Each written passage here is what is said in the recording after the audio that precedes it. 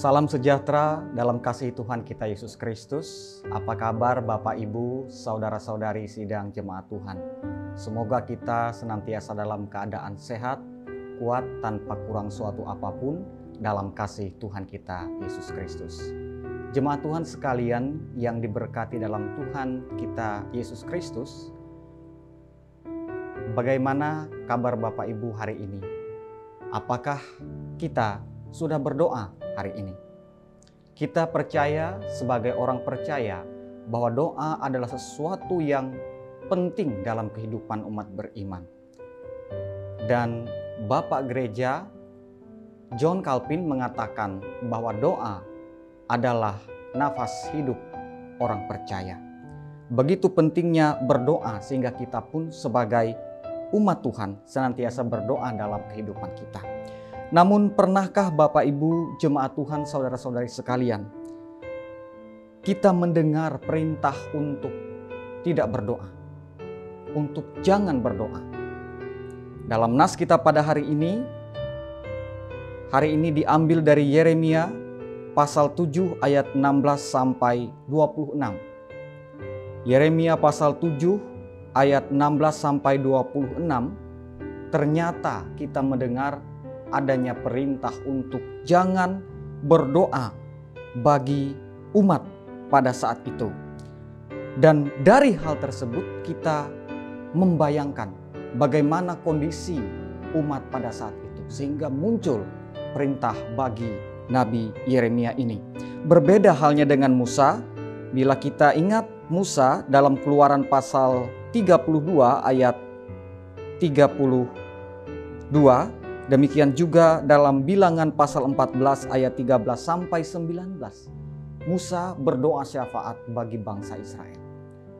Namun berbeda halnya dengan Yeremia.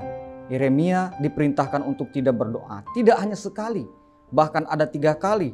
Dalam Yeremia pasal 7 ayat 16 pada hari ini, Yeremia pasal 11 ayat 14, dan Yeremia pasal 14 ayatnya yang ke-11 pada hari ini. Kita bersama mendengar kondisi yang diperhadapkan adalah kondisi Yehuda yang sangat berbeda sama sekali.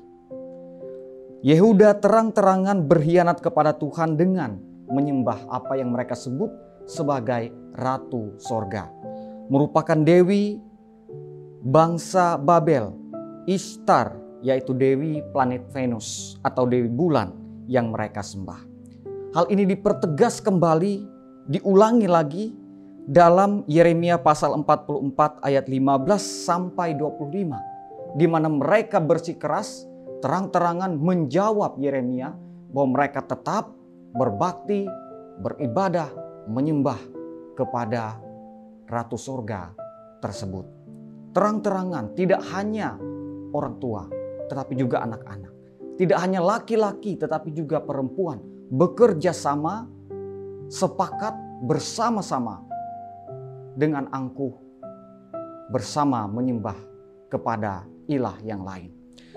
Jemaat Tuhan yang diberkati dalam Tuhan Yesus Kristus, mereka yang jahat berkomplot dan bekerjasama tersebut mencoba untuk menyakiti hati Tuhan dalam ayat yang ke-18. Memang tujuan mereka adalah menyakiti hati Tuhan. Namun Tuhan kasihan kepada mereka.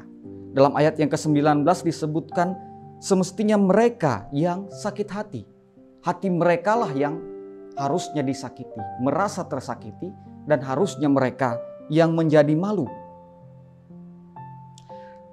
Dalam ayat yang ke-26 disebutkan mereka lebih jahat daripada nenek moyang mereka.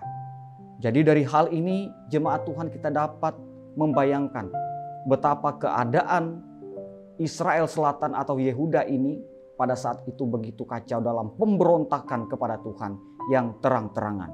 Bahkan disebutkan mereka lebih jahat dari nenek moyang mereka. Akibatnya mereka akan dihukum. Pergumulan Nabi Yeremia yang menyampaikan kebenaran firman Tuhan sebagai penyambung lidah Allah ini adalah begitu besar. Sehingga juga kitab Yeremia ini sangat banyak sekali kita dapati adanya kesedihan, sakit hati, ratapan juga. Sehingga Nabi Yeremia pun juga disebut sebagai nabi peratap. Ia ditolak dengan congkak, dengan angkuh oleh bangsa itu. Tidak saja rakyatnya tetapi juga para pembesar raja-rajanya. Semuanya besar kecil, tua muda pun menolak dia.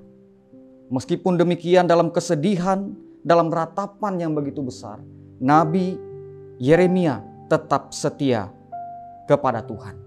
Ia tetap menyampaikan firman nubuatan Tuhan itu bagi bangsa tersebut.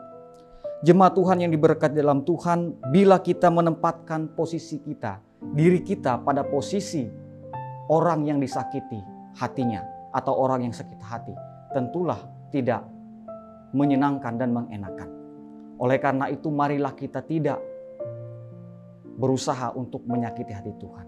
Tidak terang-terangan untuk memberontak melawan Dia, melainkan kita taat dalam kehidupan kita. Terus kita berusaha. Kiranya Tuhan memberkati kita sekalian. Amin. Bapak, Ibu, saudara-saudari, marilah kita bersatu dalam doa untuk mengucap syukur atas kebenaran firman Tuhan pada hari ini sekaligus doa syafaat. Mari kita berdoa. Ya Allah yang Maha Kuasa, Bapa kami di dalam sorga, terima kasih atas kebenaran firman-Mu yang kami renungkan pada hari ini. Mengingatkan kami kembali untuk berusaha terus dan tetap setia, taat kepada firman-Mu, tidak menyakiti hati Tuhan dalam hidup kami.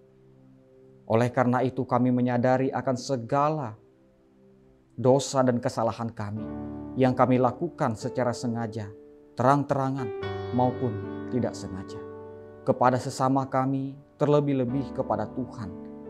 Ampunilah dosa dan pelanggaran kami Tuhan, karena hanya padamu-lah ada pengampunan yang sejati tersebut.